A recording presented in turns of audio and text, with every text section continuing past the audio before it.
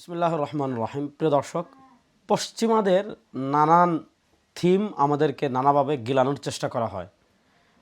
Liberal ইসলাম, এটাও তাদের আমদানি। মডারেট ইসলাম, এটাও তাদের আমদানি। সম্প্রতি আমরা পশ্চিমাদের আরেকটা পরিভাষা শুনছি, সেটা হলো ইনসাফ। আমরা ইনসাফ প্রতিষ্ঠা করতে চাই। আমি প্রথমত মাজমুআ জাওয়াইদ থেকে একটা বর্ণনা পড়ব। ইমাম হাইসামি রহমতুল্লাহ আলাই মাজমুআ জাওয়াইদের কিতাবুল ফিতানের একদম প্রথম পরিচ্ছেদ, বাবু তাআউযুযি মিনাল ফিতান, ফিতনা থেকে আল্লাহর কাছে রক্ষা সংক্রান্ত অধ্যায়ে হযরত ইসমা রাদিয়াল্লাহু তাআলা আনহু থেকে দুটো বর্ণনা এনেছেন। প্রথম বর্ণনা হলো 11957 আন ইসমা আন্নাহু কানা ইয়াতাআওয়াযু মিন ফিতনাতিল মাশরিক। ইসমা ইবনে কায়েস মাশরিক এর ফিতনা থেকে আল্লাহর কাছে আশ্রয় চাইতেন। ফাকিলা লাহু, তাকে বলা হলো ফাকাইফা ফিতনাতুল মাগরিব, যে পাশ্চাত্যের ফিতনা, মাগরিবের ফিতনা কেমন? কালা, হযরত ইসমা রাদিয়াল্লাহু তাআলা বলেন, ওতিলকা আযম আযম, এটা তো অনেক বড়। মাগরিব পাশ্চাত্য থেকে অনেক বড় বড় বড় বড় বড় বড় ফিতনা আসবে। পরের বর্ণনা একই কথা এনেছেন, ওফি রিওয়ায়াতিন ইনদাহু আয়দান আন্নাহু কানা ইয়াতাআওয়াযু ফি সালাতিহি মিন ফিতনাতিল মাগরিব। মাগরিব তথা পাশ্চাত্যের ফিতনা থেকে হযরত ইসমা রাদিয়াল্লাহু তাআলা আনহু নামাজে আল্লাহর কাছে আশ্রয় চাইতেন। ইমাম তাবারানী রাহিমাহুল্লাহর সূত্রে ইমাম হাইসামি হাদিসটি বর্ণনা করেছেন, রাওয়াহুত তাবারানী। আর 11958 নম্বর হাদিস শেষে বলেছেন ওয়ারিজালহু সিকাত, যে এই হাদিসের সকল বর্ণাগণ সিকা। এখন আমি যে প্রসঙ্গটা আলোচনা করতে চাচ্ছি সেটা হলো, হযরত ইসমা রাদিয়াল্লাহু তাআলা আনহু মাগরিবের ফিতনা থেকে আল্লাহর কাছে আশ্রয় চাইতেন এবং তিনি বলেছেন মাগরিবের ফিতনা আযম আযম। সেই মাগরিব থেকে নানা সিস্টেমে, নানাভাবে ইসলামী রূপে আমাদের কাছে ফিতনা আমদানি হয়। যেমন আমরা দেখেছি লিবারেল ইসলাম, আমরা দেখেছি মডারেট ইসলাম। এখন মাগরিবদের এই পাশ্চাত্য থেকে আরেকটা পরিভাষা আসছে, সেটা হলো ইনসাফ। দেখেন, ইসলামই আমাদেরকে ইনসাফ শিখিয়েছে এবং সব ক্ষেত্রে ইনসাফ বজায় রাখার নির্দেশ ইসলামই দিয়েছে। এবং কোন ক্ষেত্রে কতটুকু ইনসাফ আমরা প্রতিষ্ঠা করব সেটা রাসূলুল্লাহ সাল্লাল্লাহু আলাইহি ওয়াসাল্লামের জীবনীতে, হাদিসে, সুন্নাতে সেগুলোর ব্যাপারে আমাদের জন্য সুস্পষ্ট নির্দেশনা রয়েছে। রাষ্ট্রে ইনসাফ প্রতিষ্ঠা করার জন্য পশ্চিমাদের কাছে, মাগরিবিদের কাছে যাওয়ার আমাদের কোনো সুযোগও নাই, কোনো প্রয়োজনও নাই, কোনো দরকারও নাই। কি কারণ হলো, পশ্চিমারা ইনসাফ বলতে কী বোঝায়? তারা এমন কিছু জিনিসকে ইনসাফের ভিতর নিয়ে আসে যে জিনিসগুলো সুস্পষ্ট ভাষায় কোরআন এবং সুন্নাহ সমর্থন করে না। যেমন আমি বলি এলজিবিটিকিউ, এটা কিন্তু ইসলাম সমর্থন করে না, কিন্তু পশ্চিমারা সেটাকে ইনসাফের মধ্যে, আপনি এলজিবিটিকিউর অধিকার দিতে হবে, এটা তাদের কাছে ইনসাফ। লিভ টুগেদার ইসলাম সমর্থন করে না, আপনি সেটাকে সমর্থন দিতে হবে, কারণ সেটা তাদের কাছে ইনসাফ।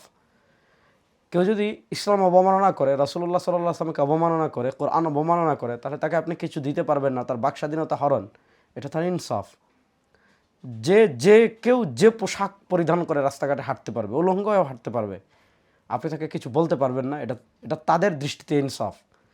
কেউ যে কোনো জায়গায় মদের আসর বসাতে পারবে, সারা রাতব্যাপী পার্টি করে বেহুশ হয়ে রাস্তাঘাটে গোড়াগড়ি খেতে পারবে, তাদের দৃষ্টিতে এগুলো ইনসাফ। সুতরাং ইনসাফ কি, এটা তাদের পরিভাষায় আমরা নেব না। তাদের কাছে যেগুলো ইনসাফ, ইসলামের দৃষ্টিতে ক্ষেত্রবিশেষে সেগুলো শিরিক, ক্ষেত্রবিশেষে সেগুলো কুফুর, ক্ষেত্রবিশেষে সেগুলো কবিরা গুনাহ। এজন্য পশ্চিমারা লিবারেল ইসলামের নামে ইসলামের মূল যে আবেদন আছে এটাকে যেমন ধ্বংস করার চেষ্টা করেছে, মডারেট ইসলাম দিয়ে ইসলামের যে মূল আবেদন আছে, ইসলামের যে মূল বডি আছে, সেই বডি নষ্ট করার চেষ্টা করেছে। ঠিক তেমনিভাবে তারা এখন ইনসাফের স্লোগান তুলে ইসলামের মূল যে বডি আছে, ইসলামের যে মূল আকৃতি আছে, ইসলামের মৌলিক যে বিষয়গুলো আছে, সেগুলো নষ্ট করার তারা চেষ্টা করছে।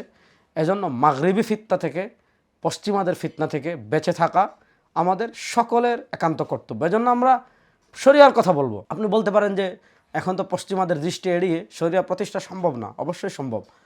আফগানিস্তানে হয়েছে, পৃথিবীর যে কোনো রাষ্ট্রে হতে পারে। হ্যাঁ, আমাদেরকে শরিয়া প্রতিষ্ঠা করতেই হবে আমাদের জীবনে। ব্যাপারটা তো ইসলামের দৃষ্টিতে এরকম না।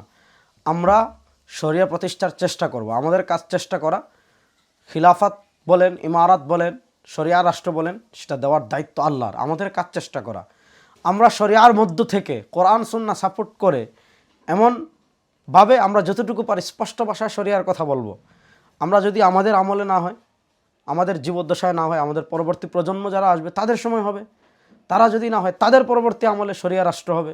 কিন্তু এখনই যদি আমরা পরিভাষা বিকৃত করে ফেলি, আমরা যদি শরিয়ার জায়গায় ইনসাফ বলি, তাহলে সেই ইনসাফ কাদের ইনসাফ, এটার এক নম্বর ব্যাখ্যা করেন। আপনি পশ্চিমাদের খুশি করতে ইনসাফ বলবেন, তাদের ইনসাফের যে সীমা আছে সেই সীমায় যেতে পারবেন না আপনি, কারণ গেলে আপনার ইমান থাকবে না, গেলে আপনি ইসলামের চৌহদ্দি থেকে বের হয়ে যাবেন।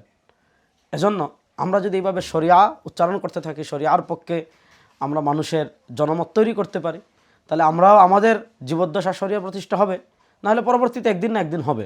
কিন্তু এখনই যদি আমরা কনসেপ্ট থেকেই সরে যাই, তাহলে পরবর্তী প্রজন্ম ইরতেদাদের দিকে যাবে না, পরবর্তী প্রজন্ম নাস্তিকতাবাদের দিকে যাবে না, এই গ্যারান্টি কে দিবে?